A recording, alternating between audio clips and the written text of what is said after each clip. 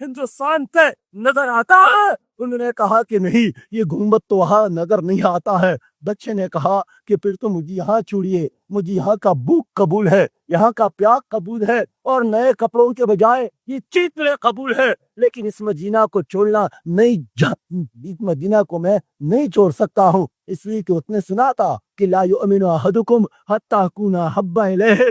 میرے بھائیوں، میں کیوں نہ اس ماں کو سلام پیش کروں جو ماں نے اپنے چاروں بیٹوں کو یاد کے لیے رخصت کیا، تو وصیت یہی کی کہ میرے بیٹو، کہ جب میں آپ کے ماموں کے گھر پہ تھا تو اس کو رسوا نہیں کیا، اور جب آپ کی شادی ہو گئی میری اور آپ کے باپ کے گھر آیا ہوں، اس کو بھی اس کے ساتھ بھی کبھی خیانت نہیں کی۔ میری وصیت یہی ہے کہ جب کل جہاد کے میدان گرم ہو اور جہاں تلواروں کی ٹکرانے سے آواز اور شعلے اٹھتے ہو، آپ وہیں بڑھے اور وہیں لپکے، اور میرا دودھ حرام ہے اگر آپ لوگ میدان سے پیچھے ہٹے۔ وہ کل گئی، اس نے دیکھا کہ ان کے چاروں بیٹے میدان میں کام آئے تھے، اور اس نے ہاتھ اٹھایا کہ یا اللہ، آپ کی امانت آپ کی ہاتھ لٹا دیا ہے، ان کے بدلے مجھے جنت دیجیے۔ میرے دوستو، میں جوانوں کی بات کیا کروں، میں اس ام عمار کی بات کیوں نہ کروں جو میدان احد میں آپ کے ساتھ تھی، مشکیدہ پانی کا مشکیزہ اس کے گود میں تھا، لیکن جب وہ سنہا رہ گئے اور کپار کا ایک ریلا اس کی طرف آیا، اس نے مشکیزہ پہنچا، تلوار اٹھایا اور کہا کہ خبردار، جو میرے محبوب کی طرف بڑھا، یہ میری تلوار اس کا فیصلہ کرے گی۔ اور جب کوئی کافر آگے بڑھا، اس نے رسول مہربان پر وار کیا، اس نے اپنے کمزور ہاتھ کو آگے بڑھایا، اس کے کندھے پر زخم آیا اور ام عمار کا ہاتھ زخمی ہو گیا اور وہ گر پڑی۔ رسول مہربان نے اس کو اٹھایا اور کہا کہ شاباش اے ام عمار، آج تو آپ نے بڑا کام کیا۔ اس نے کہا کہ نہیں، مجھے ایک اور چیز مطلوب ہے۔ پوچھا کون سی چیز؟ انہوں نے کہا یہی کہ میں قیامت میں آپ کے قدموں میں اٹھنا چاہتا ہوں۔ میرے دوستوں، اور اللہ کے رسول نے پھر اس کے لیے دعا دی اور اس کو خوشخبری دیا، اس لیے کہ فرمایا گیا کہ لا یؤمن احدکم حتی اکون احب الیہ من والدہ وولدہ۔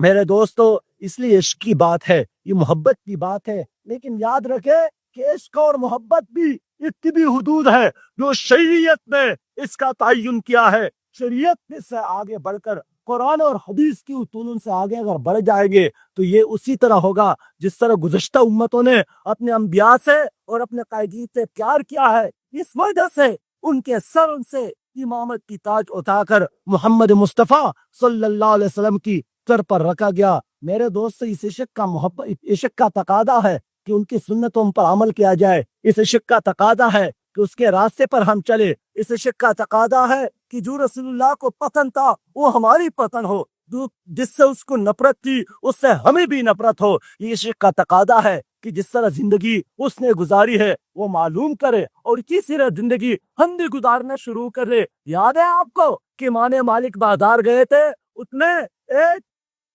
تربوز لیا تھا اور ہاتھ میں یوں اٹھا کے چل رہا تھا۔ لوگوں نے پوچھا امام کھاتے کیوں نہیں ہے؟ اس نے کہا اس لیے کہ معلوم کرنا چاہتا ہوں کہ میرے پیارے رسول نے کس طرح اس کو کہا تھا، کس طرح اس کو کاٹا تھا۔ یہ طریقہ محمدی کی تلاش میں تھا۔ میرے دوستو، آج بھی جو لوگ اس سے پیار کرتے ہیں تو پیار کا تقاضا یہی ہے کہ ان کی سنتوں پر عمل کرے، بے شک نعتیں بھی پڑھے۔ میں 3 سال پہلے لاہور کے گڑو شاہو گیا تھا، وہاں کچھ نوجوان ملے تھے، وہ عید میلاد النبی منا رہے تھے۔ اس نے چراغاں کیا تھا، قمقمے جلائے تھے، اور گلی کے اندر ایک ٹیپ ریکارڈر رکھا تھا، اس میں کیسٹ تھی، ہندوستان کے گانے اس میں وہ سن رہے تھے اور ساتھ ساتھ ناچ رہے تھے۔ میں نے ایک سے پوچھا بابا کیا معاملہ ہے؟ اس نے کہا کیونکہ صاحب پتہ نہیں ہے آج تو عید میلاد النبی ہے، ایک پیار کا انداز یہ بھی ہے۔ میرے دوستو، لیکن ہی ایک دور وہ بھی تھا کہ جب رسول اللہ صلی اللہ علیہ وسلم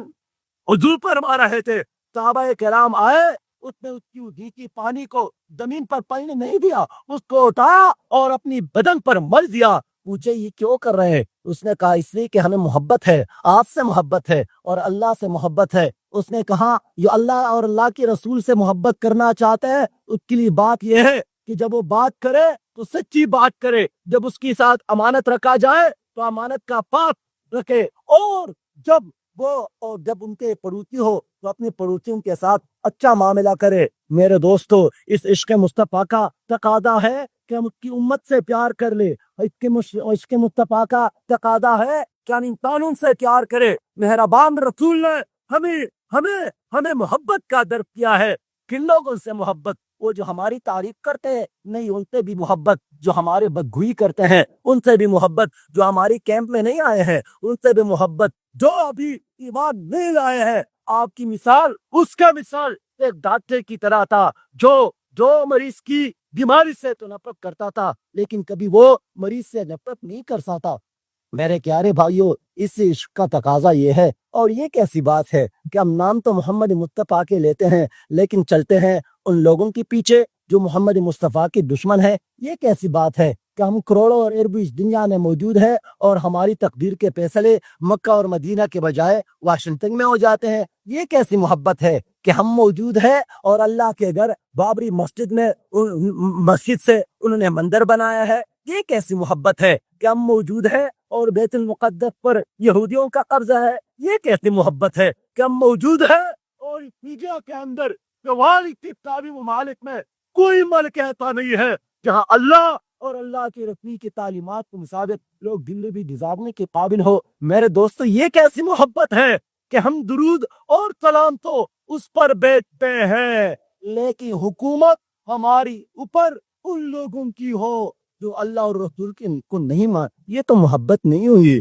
وہ مجنون کی بات یاد ہے نا آپ کو؟ مجنون سے کسی نے پوچھا تھا کہ مجنون یار یہ بتائے کہ اقتدار کس کا حق ہے، یہ حضرت عثمان کا حق ہے یا حضرت علی کا حق ہے؟ اس نے کہا کہ مجھے قاضی بناتے ہو۔ اس نے کہا کہ ہاں مجنون، آج آپ کو قاضی بناتے ہیں۔ اس نے کہا کہ اقتدار حق ہے لیلا کی، اگر انصاف کرتے ہو تو لیلا کو اقتدار دے دو، نہ عثمان کو دے دو اور نہ علی کو دے دو۔ لیکن دوستو، اتنی محبت جتنی مجنون کو اپنے لیلا کے ساتھ کی، اتنی محبت بھی اس امت کے اندر آج یہی ہے۔ ہمیں معلوم ہے کہ آج سے 3 سال قبل وہاں سے ایک آدمی آیا تھا، ایک فادری کا بیٹا تھا، اس میں باپ نے اس کی تربیت کیا تھا، اس کو انجیل یاد کروایا تھا اور شراب اور بدکاری سے اس کو محفوظ کیا تھا، لیکن کسی طریقے سے اس کو تفہیم کا ترجمہ ملا، اس نے اس کو پڑھا، اس نے ایمان لایا اور باپ نے اللہ کے بارے میں اعتراف کیا، اس نے جھٹ جواب دیا۔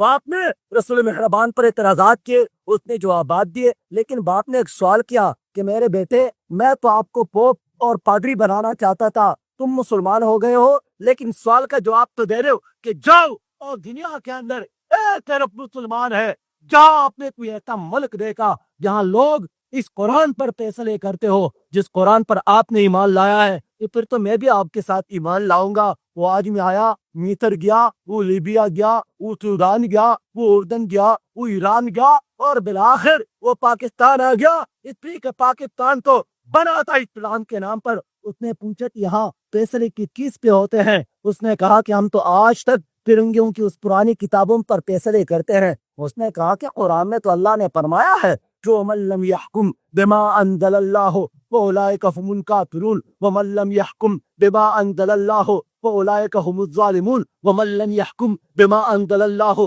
فاولئك هم الفاسقون۔ جو اللہ کے نازل کردہ کتاب پر فیصلے نہیں کرتے وہ تو کافر ہے، جو فیصلے نہیں کرتے اس کتاب پر وہ تو ظالم ہے، جو فیصلے نہیں کرتے اس کتاب پر وہ فاسق ہے۔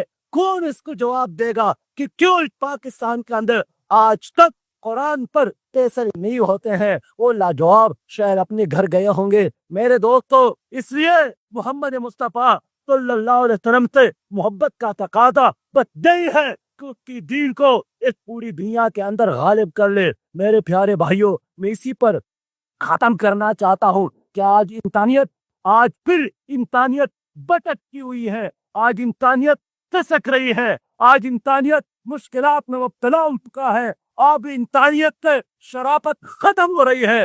آج ہمارے ملک کے اندر ظلم اور جبر کا راج ہے، آج ہمارے سماج کے اندر چوپٹ راج اور اندر نگری ہے۔ آج پھر وہی وحشی دور ہے جس پر جنگل کے درندے بھی شرمندہ ہے۔ اس بھٹکتی ہوئی اور مایوس انسانیت کے لیے اگر کوئی پیغام ہے، اگر کوئی راستہ نجات ہے تو محمد مصطفیٰ صلی اللہ علیہ وسلم کا اسوہ حسنہ ہے۔ اقبال نے یہی فرمایا تھا کہ محمد سے وفا تو نے تو ہم تیرے ہیں، یہ جہاں چیز ہے کیا لوح و قلم تیرے ہیں۔ اقبال نے آپ سے فرمایا تھا کہ آشنا اپنی حقیقت سے ہو اے دہقان ذرا، دانا تو کہتی بھی تو باران بھی تو حاصل بھی تو، آہ کس کی جستجو آوارہ رکھتی ہے تجھے، راہ تو راہ رو بھی تو رہبر بھی تو منزل بھی تو، کامتا ہے دل تیرا اندیشہ تو پاس ہے، نا خدا تو بحر تو کشتی بھی تو ساحل بھی تو، وائے ناکامی کہ تو محتاج ساقی ہو گیا، میں بھی تو نینا بھی تو ساقی بھی تو محفل بھی تو، شعلہ بن کر پونکنے